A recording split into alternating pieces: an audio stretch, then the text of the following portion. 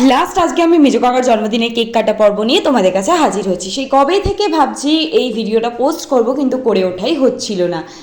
Last আজকে ডয়ের জন্মদিনে এসে আমি মেজো কাকার জন্মদিনের ব্লগটা পোস্ট করতে পারছি। আগের পার্টে তোমাদের তো আমি দেখিয়েইছি মেজো কাকাকে লুকিয়ে দিদি আর আমি সকাল থেকে সমস্ত রকমের আয়োজন করেছিলাম, আর যতটা তাড়াতাড়ি সম্ভব আমরা রান্নাবান্না শেষ করার চেষ্টা করেছিলাম, কারণ মেজো কাকা অফিস থেকে ফিরে গেলে আমায় আর দিদিকে আর কেক কিনতে যেতে দিত না। তাই জন্য মেজো কাকা আসার আগেই দিদি আর আমি বেরিয়ে পড়েছিলাম কেক কেনার জন্য।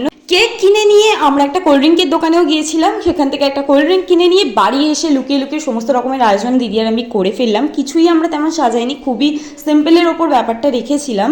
আর তারপরে শুরু হয়ে গেল কেক কাটা পর্ব।